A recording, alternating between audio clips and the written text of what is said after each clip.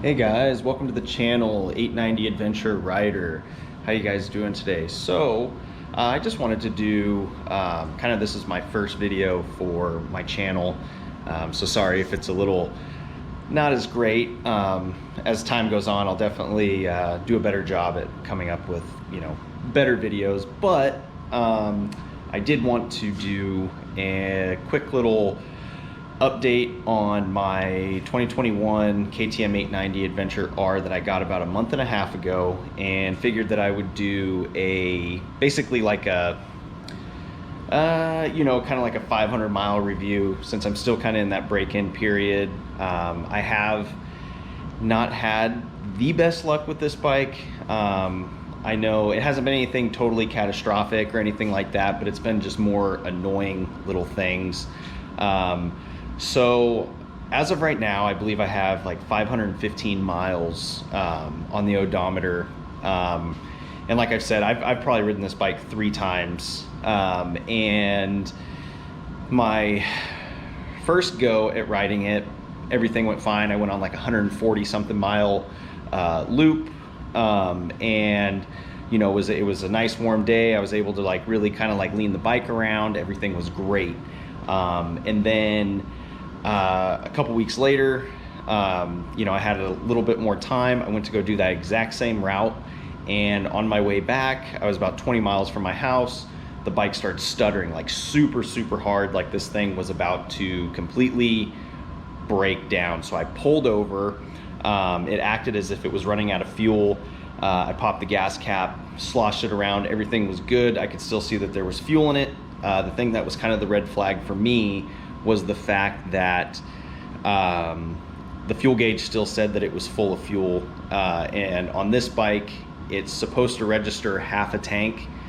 So it doesn't like go from full to, like you used a quarter or anything like that in your vehicle. It basically, when it hits half a tank, then it'll register that it has half a tank of fuel left. But for it to, basically for me, when I saw that it still had fuel, I was like, whoa, like what the heck's going on here? So I had to have it towed, because at that time I really wasn't thinking the solution. I had no idea that it was a fuel issue, to be honest. And I should have, hindsight's 2020, as I should have tipped the bike over on its left side and let some fuel kind of like flow over into the left side of the tank where the fuel pump is, and I probably could have got myself home. But hey, we all make mistakes.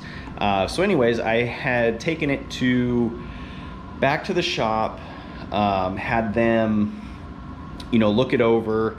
They claimed that time it was the petcock valves were closed on the bottom of the tank, which I had no idea that those were located down underneath the tank. And so I took their word for it. I said, okay, hey, whatever, stupid little mistake. Basically ran out of gas without actually running out of gas, because I still had a half a tank left. Got the bike back, went on another ride, or I was going to go on another ride, and I couldn't even get the bike out of my garage. It wouldn't shift into first gear, second gear, third gear, nothing. It kept just bouncing back into neutral. And I tried rolling the bike back and forth, thinking that maybe it was just being finicky. Still wouldn't go into gear. Once again, took it back to the shop. They claimed that it was just a computer. It just needed like an update, which, whatever. You can get the tech pack on this, which gives you like the auto clutch and all that stuff, which I haven't paid for yet. Eventually I will, later on, after I get more riding out of the bike and I break it in and everything. So anyways, got it back, went on a ride on just this last Saturday, and took off, went towards Mount St. Helens, because I live in the Pacific Northwest, and did a loop, went and rode around. The bike rode amazing. Probably like, I kind of had a little bit more confidence back in the bike. I was like, okay, hey, it was just a stupid little fuel issue, whatever. Was on my way back, and the bike did one good solid stutter. I pulled it over, I shut it off, and made sure to basically call the shop and let them know right away, hey, the bike's doing the exact same thing that it did before, and you guys, you know, said that you fixed the issue, but obviously whatever is going on, it's not fixed. My solution to get myself home, because I had thought, you know, from the last time it had happened, and they said that it was because of fuel. I assumed that fuel wasn't being able to transfer from the right side of the tank to the left side of the tank where the fuel pump is. So all I did was I tipped the bike over completely on its side, let the fuel flow over, and got enough fuel to basically get myself home.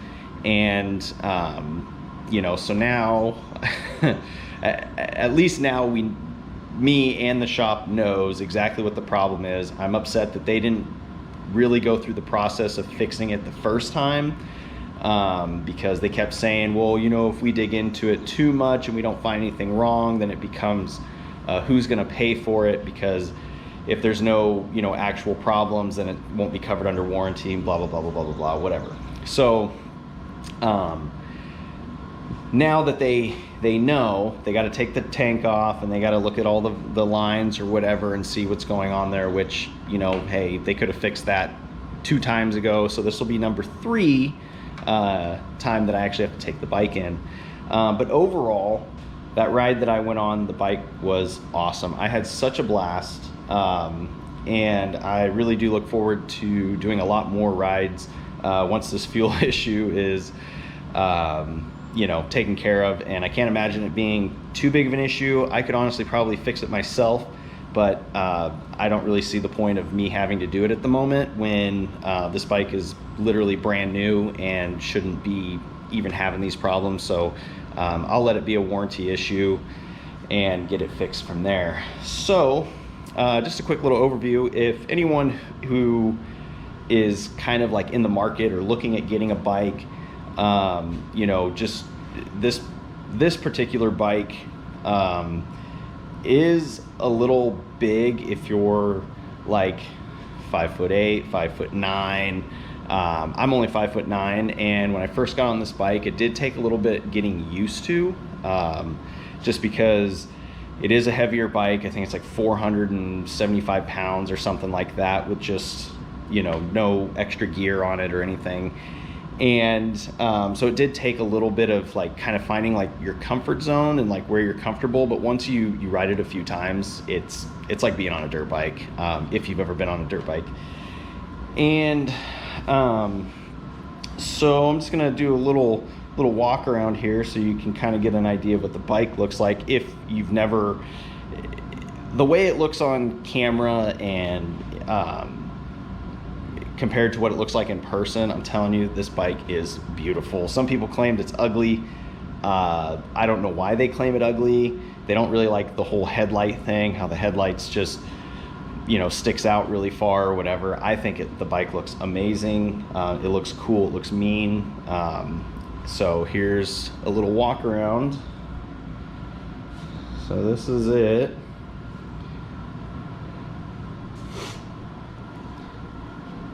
It's a pretty solid bike. I think it just looks so sleek.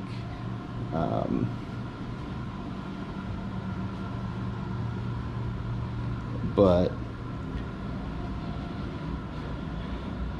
yeah, so there's a couple things that I do plan on doing, just because I don't like them. I really do not like these mirrors. They just look kind of cheesy, you know, all big and dorky looking like that. So I am going to get the Rottweiler Performance ones, and they actually mount right here on the handguard, and they flip up and flip down. So if you're, you know, riding off road and everything, you don't snap them off or you dump the bike over. And then I do want to get the handlebar risers. Just because, you know, even though I am only 5'9", I don't have like super short arms. So when I am standing up, you do kind of like have to lean forward a little bit, and it is kind of annoying. You know, I like to, when I'm standing up, to at least have somewhat of a, you know, straighter upright back, and a little bit more comfort. And I do plan on moving the handlebars closer to me. It has 3 different positions. It's in the middle one right now, but you can move them forward or you can move them back. Most people claim that they do move it back anyways, just because it feels better.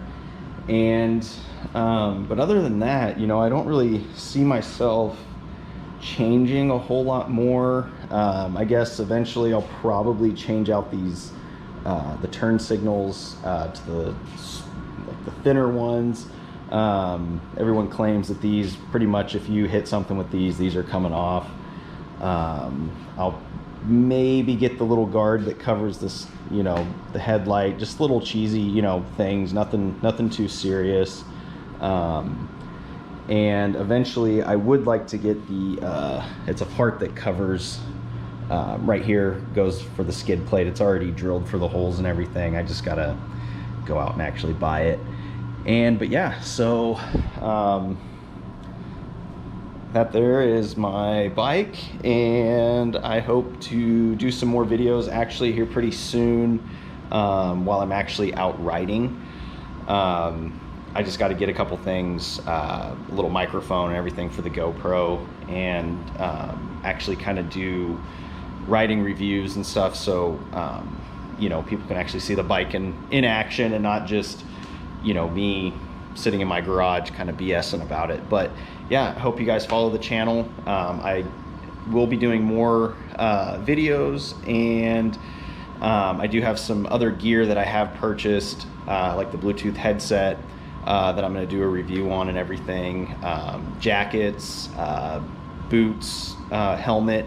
You know, I'm not a professional rider, so I do feel that sometimes, you know, getting you know, opinions from people who aren't really you know, sometimes an unbiased opinion, somebody who's not paid to say something, and you know, generally professional or long-term riders are a little bit more picky on the gear that they have. So I like saving money, but I also like buying nice stuff. But I also understand that, you know, there is kind of the middle of road quality that's, you know, more attainable for the average Joe, such as myself. So, but yeah, please follow the channel, and I hope to see you guys on the other side.